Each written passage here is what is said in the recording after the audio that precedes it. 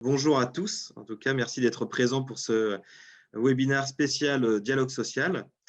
Je suis ravi de pouvoir vous présenter ce sujet, ce thème qui peut paraître très politique, un peu compliqué avec du juridique, mais ça ne va pas du tout être le sujet aujourd'hui. J'ai tenté de faire quelque chose qui soit le plus simple et le plus accessible possible, parce que c'est un sujet qui est très vaste. Et il me paraît important d'aller directement dans le vif du sujet et de vraiment parler du dialogue social sans rentrer dans des termes trop complexes, dans des projets de loi, dans des ordonnances, etc. Donc, je vais tenter sur ce webinaire qui va durer entre 30 et 40 minutes avec vos questions, de répondre à cette question qui est comment optimiser le dialogue social dans son organisation. Donc, on est parti. Hop. Alors, Vacom, hein, pour les personnes ici qui ne sont pas de Vacom, très rapidement, c'est une société de conseil en ressources et relations humaines qui existe depuis 89, donc un peu plus de 30 ans maintenant. On a 87 professionnels à l'écoute des clients que l'on accompagne, avec 40 implantations sur toute la France. Et on est spécialisé sur 6 activités finalement, conseil, formation, recrutement, orientation professionnelle, coaching et conférences. Comme vous voyez, hein, le slogan de Vacom est le sens de l'humain, c'est-à-dire que nos interventions ont toutes la prétention d'avoir le sens de l'humain, c'est-à-dire que on est persuadé, convaincu que l'humain est votre meilleur investissement, et c'est dans ce sens justement que Vacom agit.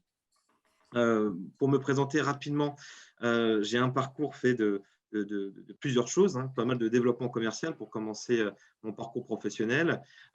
Puis j'ai eu une expérience à l'international. Donc j'ai vécu presque 3 ans au Canada, à Vancouver, où j'étais responsable de développement international pour YouTube. J'ai créé une marque qui s'appelle Broadband TV France, qui existe toujours et qui vise à accompagner les personnes qui ont envie de se lancer sur YouTube dans leur développement. Beaucoup d'entreprises, notamment. Et puis, j'ai travaillé aussi dans l'associatif, où j'ai accompagné des entreprises sur leur démarche RSE, des jeunes diplômés aussi, hein, dans leur recherche d'emploi. Comme vous pouvez le constater, donc j'ai toujours accompagné des organisations. Et une de mes missions a été notamment d'accompagner les organisations sur leur dialogue social, sur comment avoir de la cohésion dans leurs entreprises et comment faire durer tout ça. Faire durer tout ça.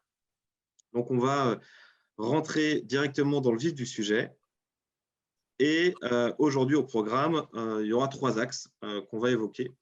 On va déjà définir le dialogue social, qu'est-ce que c'est, et puis les enjeux. On parlera ensuite des bénéfices d'un bon dialogue social. Et puis, je vous donnerai quelques outils et des méthodes pour que votre dialogue social soit efficace, ou si vous accompagnez des entreprises dans le dialogue social, comment justement leur amener ces outils-là pour qu'ils puissent s'en servir justement. Alors, si vous avez des questions, n'hésitez pas à les poser dans le chat, et comme ça, on pourra regarder ça au fur et à mesure du webinaire. Alors déjà, première question, qu'est-ce que le dialogue social? Comme je vous disais, c'est un thème qui peut paraître un peu lourd, un peu compliqué. C'est vrai que moi, le premier, hein, quand j'ai entendu le mot dialogue social, je me dis, oulala, ça va être un peu compliqué. Ça, c'est un espèce de combat entre des syndicats, des patrons. Tout le monde se tire dessus. Mais comment ça se passe vraiment? Alors, j'ai trouvé une définition voilà, qui résume pas mal ce que c'est le dialogue social. Donc, selon l'OIT, hein, qui est l'organisme international de travail, le dialogue social inclut principalement toutes les formes de négociation, consultation et échange d'informations. Voilà, c'est à peu près les 3 axes du dialogue social. Donc, entre les représentants des gouvernements, d'un côté, des employeurs et des travailleurs sur des questions d'intérêt commun liées à la politique économique et sociale. Voilà, c'est une définition. Les 3 mots importants sont surlignés ici en rose. C'est négociation, consultation et échange d'informations. On verra justement qu'il y a une différence entre les 3 et que souvent, on est dans l'échange d'informations alors qu'on croit être en négociation. Alors, les parties prenantes finalement du dialogue social, qui sont-ils? Et finalement, on se rend compte qu'il y en a généralement 4. Il y a la direction d'un côté, il y a les représentants du personnel, on a les salariés et on a le management. Donc, tout ça, ce sont les 4 parties prenantes du dialogue social, que ce soit dans votre entreprise ou si vous travaillez avec des entreprises. Il faut savoir que ces 4 parties prenantes-là doivent toujours être prises en compte pour que vous puissiez au mieux accompagner le dialogue social. Si une de ces 4 parties prenantes n'est pas prise en compte, ça peut devenir bancal. Les négociations autour du dialogue social, maintenant, on se rend compte que ça tourne toujours autour des mêmes choses. On a les rémunérations et le temps de travail, bien entendu, ça fait partie des premières négociations. On a l'égalité professionnelle entre les femmes et les hommes et la qualité de vie au travail. Une des dernières négociations que j'ai le plus entendues, vues et accompagnées, c'était sur la mise en place du télétravail. Donc, ça fait partie aujourd'hui des négociations autour du dialogue social. Et puis, on a aussi la gestion des emplois, des parcours professionnels et la mixité des métiers. Voilà, vous avez à peu près là les grandes familles de négociations autour du dialogue social. Alors, les conséquences d'un mauvais dialogue social. À votre avis, qu'est-ce que c'est? Eh bien, on va tout de suite le découvrir. C'est déjà la conflictualité sous ses différentes formes. Des grèves, des pétitions, des refus d'heures supplémentaires, des tensions interpersonnelles. Finalement, on se rend compte que les organisations qui ont un mauvais dialogue social, que ce soit les entreprises ou même dans le public, on se rend compte que les tensions naissent assez rapidement. Et généralement, on ne sait pas trop d'où ça vient. Et quand on sonde un peu, quand on fait des recherches, on se rend compte que c'est souvent lié à un mauvais dialogue social. Et puis, une deuxième chose, l'absentéisme, qui fait partie des conséquences du mauvais dialogue social parce qu'on n'a pas écouté, et on reviendra sur l'écoute tout à l'heure, suffisamment le personnel, le turnover, qui fait partie des conséquences, et aussi une mauvaise transmission des informations. Donc voilà, toutes ces conséquences ont un prix et il est important justement de prévenir avec un dialogue social qui soit efficace. Et on a finalement une différence entre dialogue social et climat social. Souvent, on confond un peu les deux. Alors, c'est vrai que les deux sont assez liés, finalement, mais on pourra définir le climat social comme un indicateur de la santé humaine et sociale de l'entreprise. Voilà. Le climat social, on parle vraiment de baromètre, on parle vraiment d'indicateur. Tandis que le dialogue social, comme vous l'avez vu, on est plutôt dans la négociation, dans l'échange d'informations, dans la consultation. Donc, c'est un baromètre qui, à partir d'indicateurs précis, établit un diagnostic de l'état de la relation qu'entretiennent les collaborateurs avec leur travail et plus généralement avec leur entreprise. Voilà sur le climat social. Alors, les enjeux, maintenant, vous vous demandez, OK, c'est bien beau tout ça, mais quels sont les enjeux d'un bon dialogue social? D'abord, favoriser les relations entre les collaborateurs. Et oui, si on se sent entendu, si on se sent écouté, si les négociations sont saines, ça va favoriser directement les relations entre les collaborateurs. Ça va permettre aussi de créer une culture d'entreprise solide et fiable sur le long terme. Et puis, améliorer les relations entre les différentes parties prenantes. Et on a aussi des organisations qui sont plus performantes quand les collaborateurs sont motivés et que l'ambiance au sein des équipes est au beau fixe. Alors ça, ce ne sont pas des paroles en l'air, c'est une étude de la DARES, D-A-R-E-S, qui a montré à travers une grande enquête sur pas mal d'entreprises françaises que les entreprises qui avaient un bon dialogue social avaient une productivité qui était de plus de 15% supérieure à celles qui avaient un mauvais dialogue social. Donc, pour savoir si c'est un bon ou un mauvais dialogue social, il y a effectivement les baromètres, il y a des enquêtes quantitatives, qualitatives, qui nous permettent d'avoir ce résultat-là. Donc, quand on parle de dialogue social, on peut aussi parler de résultats, et on va découvrir ça tout de suite. Donc, pour parler de résultats déjà en termes de conflit, finalement, on se rend compte que la bonne formule du dialogue social, c'est la suivante. Un bon dialogue social, si on y ajoute un peu de cohésion, ça nous amène une diminution des conflits. Voilà. Ça peut paraître simple, mais finalement, on se rend compte que c'est quelque chose qui fonctionne, qui marche. Alors, on va continuer. Alors, le constat aujourd'hui, pourquoi on parle de dialogue social en cette année 2021, c'est qu'on s'est rendu compte qu'au sortir du confinement, 44% des salariés français présentent une détresse psychologique. Donc, c'est une donnée à prendre en compte. C'est une donnée voilà, qu'il ne faut pas laisser au dépourvu, mais qu'il faut au contraire comprendre et aller chercher d'où vient cette détresse psychologique. On s'est rendu compte que les managers sont particulièrement exposés. Les managers, sur ces 44%, représentent une majorité. Je crois qu'on est à 52%. Et puis, finalement, on se rend compte que les DRH, qui sont les premiers concernés avec les dirigeants, qui sont interrogés, considèrent le dialogue social comme un levier au service de la stratégie d'entreprise. Vous voyez, c'est assez fort, hein, finalement. Hein. On n'est pas uniquement sur une petite dimension des ressources humaines, mais on est plutôt sur une dimension stratégique de l'entreprise. Alors, finalement, quels sont les enjeux majeurs d'un bon dialogue social? Eh bien, déjà, créer de la… On est parti. Est-ce qu'il y en a qui répondent dans le chat? Non. Bon, alors, je vais donner la réponse. Créer de la confiance, déjà. Voilà, un des enjeux majeurs du dialogue social, c'est créer de la confiance. De faire en sorte que chacun puisse avoir confiance en soi et confiance en son employeur, en son manager, en ses collaborateurs.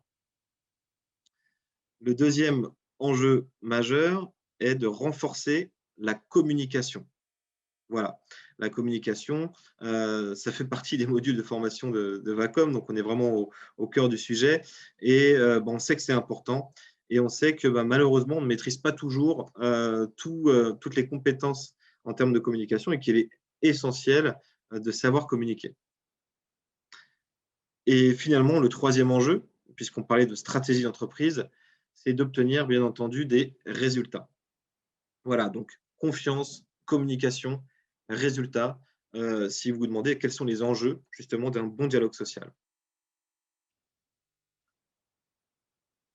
Alors, on va continuer. Je vois qu'il n'y a pas de questions, donc on est parti sur quels sont les bénéfices, finalement, d'un bon dialogue social.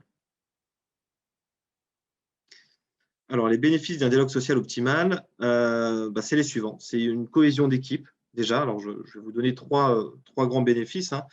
La cohésion d'équipe, qu'est-ce que c'est? C'est une forte union des individus qui constituent un groupe en vue de la réalisation d'objectifs communs.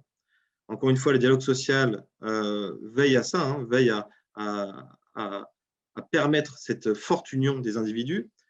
Les parties prenantes internes communiquent.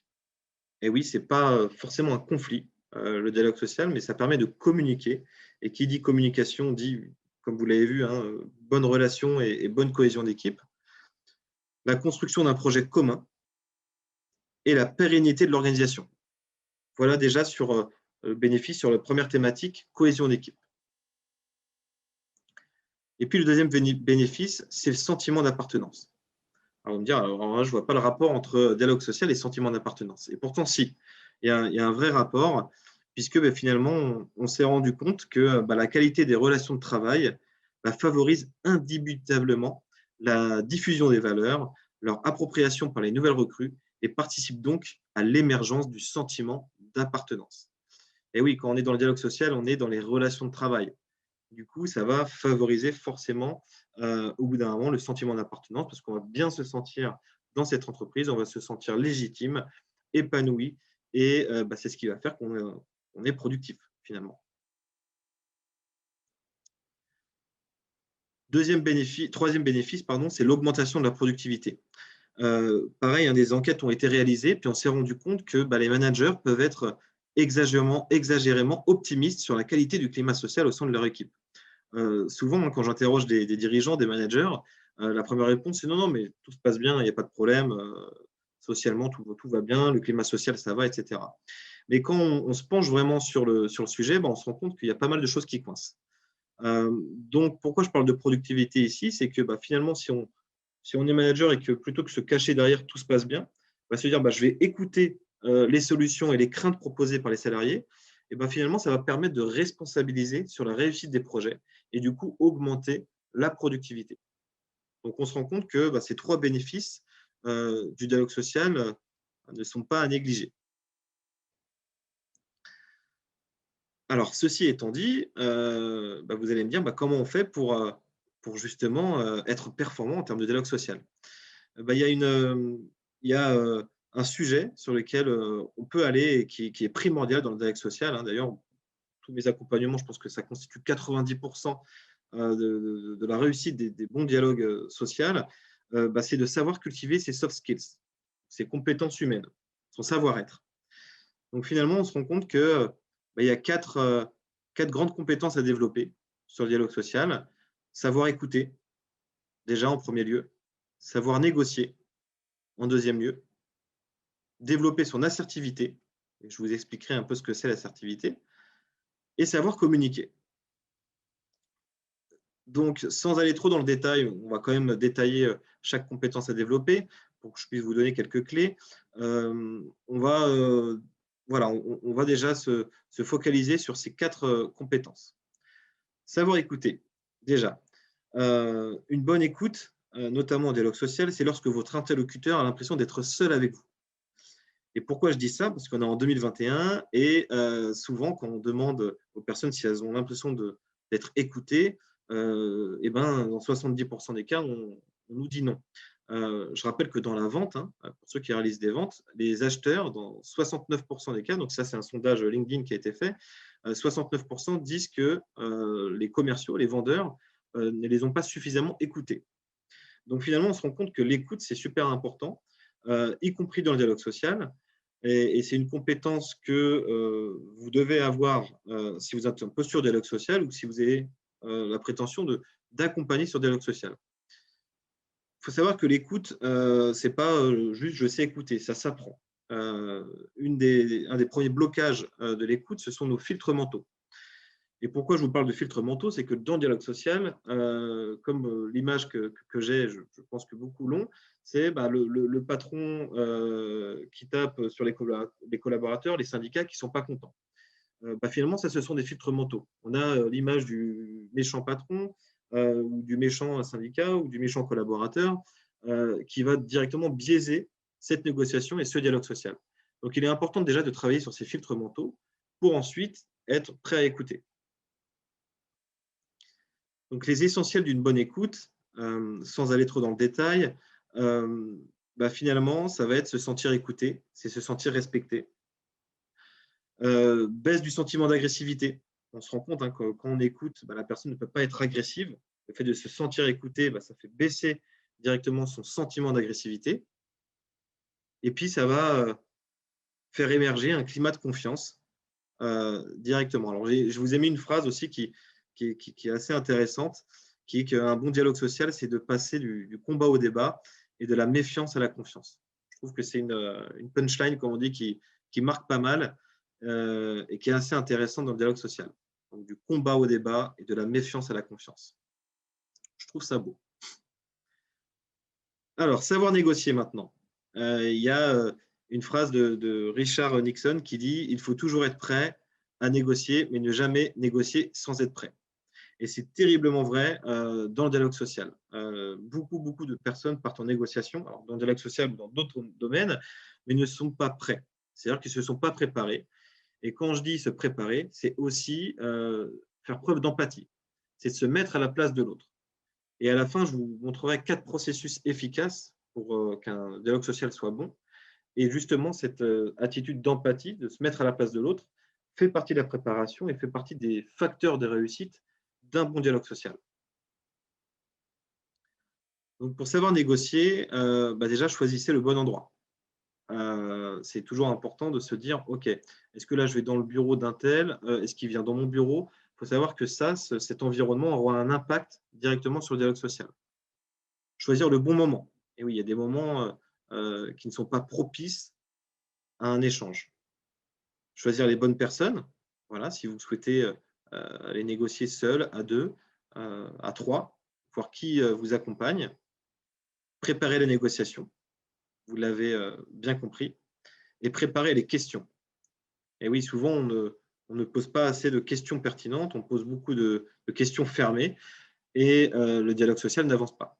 Alors, les questions fermées, c'est toutes les réponses qui vont être oui ou non. Donc, je vous invite à poser des questions ouvertes pour que ça soit plus propice à l'échange.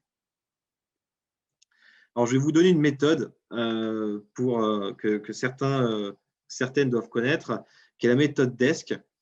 Si vous avez besoin de savoir négocier, il est important déjà de décrire les faits, rien que les faits. Le D de DESC. D'exprimer son ressenti et son besoin.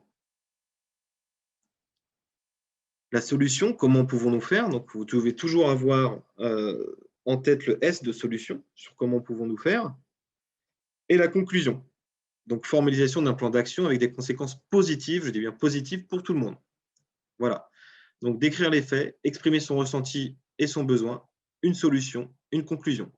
Et c'est valable aussi pour à ceux qui recherchent un emploi, ceux qui recherchent une négociation, qui ont besoin de faire du développement commercial.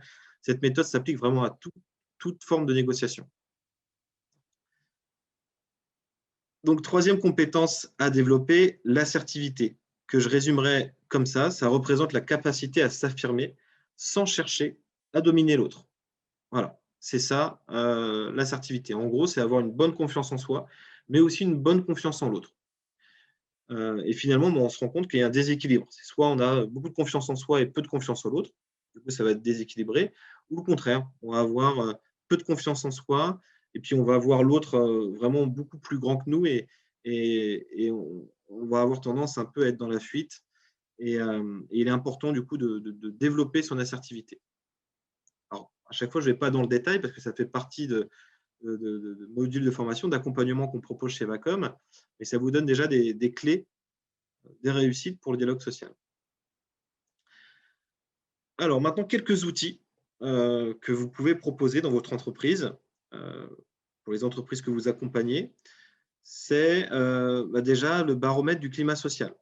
Ça, c'est un outil qui généralement nous donne quand même pas mal d'indications sur ce qui se passe réellement dans l'entreprise. Alors, ça peut être sur la satisfaction au travail, ça peut être sur le management, le stress et les risques psychosociaux, la communication interne, les perspectives et la confiance des collaborateurs.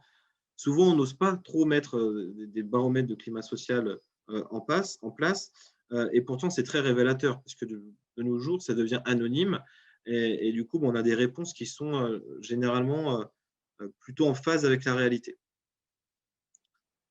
Donc, la mise en place d'un baromètre de climat social, là, j'ai accompagné une entreprise qui le fait chaque fin de mois. En fait, les collaborateurs reçoivent un questionnaire avec 3 questions sur comment ils se sentent, quelles sont leurs perspectives d'avenir et qu'est-ce qui les tracasse ou qu'est-ce qui les embête dans leur travail actuellement.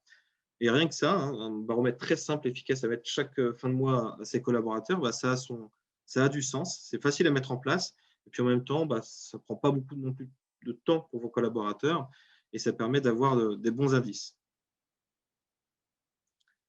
Alors, je continue. Le deuxième outil que je vous propose, c'est de mesurer le taux d'engagement des salariés. Donc, c'est un très bon indicateur pour prévenir les risques de dégradation du dialogue social. Donc, généralement, si on veut mesurer le taux d'engagement des salariés, on a 4 types, on va dire, de collaborateurs. On a les engagés actifs, on a les engagés, on a les désengagés et on a les désengagés actifs. Donc, l'objectif, c'est de ne pas tomber sur le versant gauche, mais de rester à droite. Et puis, finalement, quand on fait une enquête en France, on se rend compte que 69% des salariés français, en 2020, se disent désengagés. Donc, il y a de fortes chances qu'autour de nous, les entreprises qu'on accompagne, des collaborateurs avec lesquels on travaille, il y a des désengagés. Et l'objectif, c'est de ne pas les faire sombrer dans le désengagement actif et justement de mesurer ce taux-là le plus rapidement possible pour que ça puisse être pris en compte et qu'on puisse appliquer des mesures qui vont permettre de rebooster un peu le taux d'engagement. Donc, on a des outils aussi chez Vacom pour tout ça. On a l'OPR, qui est une méthode que certains connaissent très bien, qui permet de mieux comprendre les comportements, les motivations de chacun pour justement voir qu'est-ce qui motive la personne ou qu'est-ce qui la démotive au contraire. Ça permet forcément d'améliorer le dialogue social. On a un outil qui s'appelle la marque employeur. Donc, on propose des diagnostics marque employeur pour savoir ce que pensent les collaborateurs, les clients notamment, la direction de notre entreprise. Donc, je le fais très régulièrement et c'est vrai que c'est très efficace. On a le BPRH, qui est un baromètre de la performance RH, comme son nom l'indique, hein, c'est les pratiques en termes de ressources humaines. On a la méthode de l'engagement, qui permet, avec une carte de l'implication, de savoir qui sont les acteurs engagés, les spectateurs, les personnes qui sont plutôt bloqueurs. Donc, il est toujours intéressant de savoir voilà, qui est engagé dans un projet et qui ne l'est pas. Et puis, on a le BPM, qui est un baromètre des postures managériales. C'est un super outil aussi qui permet à un manager de savoir ce que pense son équipe de lui. Donc, c'est vraiment un questionnaire à 360 degrés qui permet de savoir ce que pense chacun du manager et forcément de faire avancer les choses. Donc, voilà sur les outils Vacom. Encore une fois, je ne m'étale pas là-dessus pour rester dans les temps et que vous puissiez avoir des questions aussi à la fin. D'autres moyens efficaces pour le dialogue social, la formation. Et oui, on n'y pense pas, mais c'est vraiment un bon moyen parce qu'elle implique les salariés. Elle permet d'éviter le turnover. On l'oublie aussi, ça, mais les chiffres le montrent. Et elle booste la productivité et l'innovation. Et puis, elle améliore forcément la marque employeur parce que, au niveau de la réputation, on a toujours une meilleure image de l'entreprise qui veut nous former, qui veut nous proposer une montée en compétences. Un autre moyen efficace, les entretiens professionnels, et oui, qui sont obligatoires et on n'y pense pas toujours, mais c'est un véritable outil managérial. C'est comme ça que je le qualifie, parce que ça permet de mieux comprendre son salarié et d'améliorer le fonctionnement manager-manager, à condition qu'il soit bien préparé, bien entendu, et qu'il soit vécu comme une opportunité et pas comme quelque chose qu'on n'a pas envie de faire. Donc, voilà, c'est important d'être dans cet état d'esprit, d'avoir un vrai outil managérial. Dernière partie, on va parler du dialogue social à l'ère du digital, parce que vous allez me dire, OK, c'est bien beau tout ça, mais on a l'impression que c'est plutôt en physique, mais finalement, à l'ère du digital, qu'est-ce qu'on fait? Et finalement, on s'est rendu compte que ça a quand même accéléré certaines choses, notamment le confinement. Où on a basculé du dialogue social représentatif physique à un dialogue social collaboratif à distance. Avant, il était obligatoire de se présenter physiquement, notamment pour des négociations en termes de dialogue social. Aujourd'hui, on peut faire du dialogue social même à distance. On peut utiliser le digital pour renforcer la cohésion sociale. Et puis, ce qui vient confirmer tout ça, c'est la loi d'urgence sanitaire du 2 avril. D'ailleurs, il y a eu plusieurs ordonnances avec, qui ont renforcé le rôle et les moyens des partenaires sociaux pendant cette crise.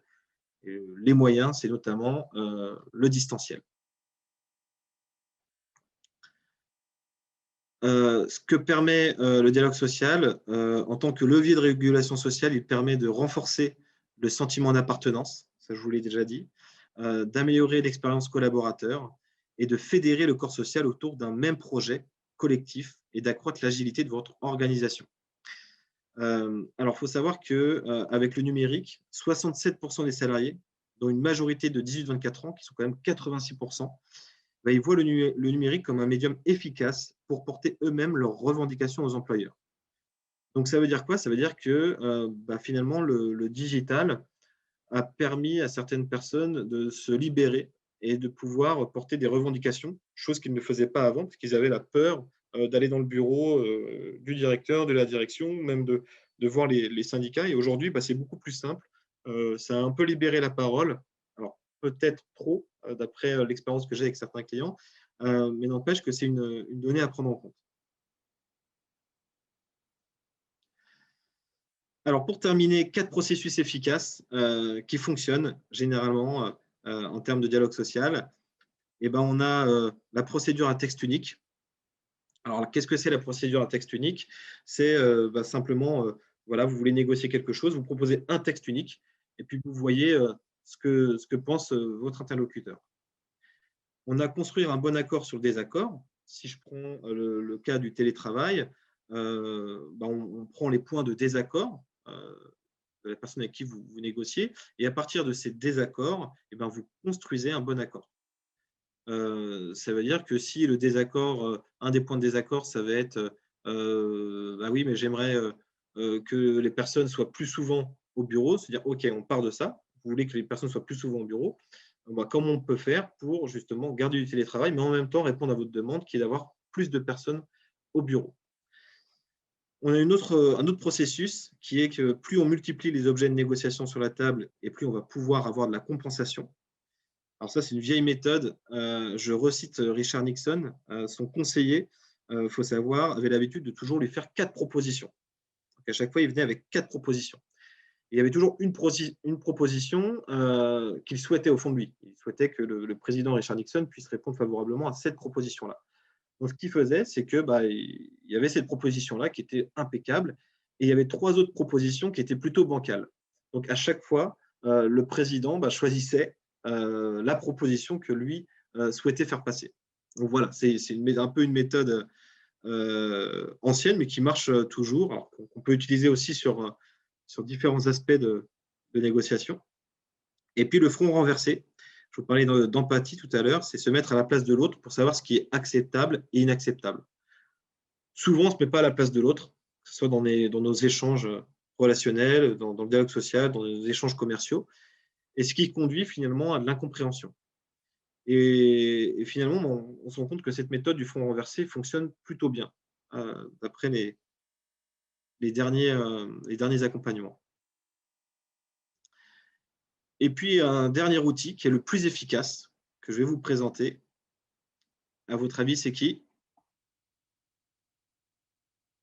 Bon, allez, j'arrête le suspense. Eh ben non, c'est toujours suspense parce qu'il y a un point d'interrogation. Et ben, le dernier outil le plus efficace, c'est vous. Puisque voilà, c'est l'humain, c'est vous qui êtes le meilleur outil pour réussir un dialogue social, pour réussir même à accompagner sur le dialogue social. Donc, il me semble important que quand on s'appelle Vacom et qu'on partage le sens de l'humain, on puisse se rappeler que le meilleur outil, c'est nous finalement. Merci à tous les participants. Je vous souhaite une bonne journée. N'hésitez pas à me contacter si vous avez des questions sur le dialogue social, si vous avez besoin d'aide, d'accompagnement. Je suis à votre disposition.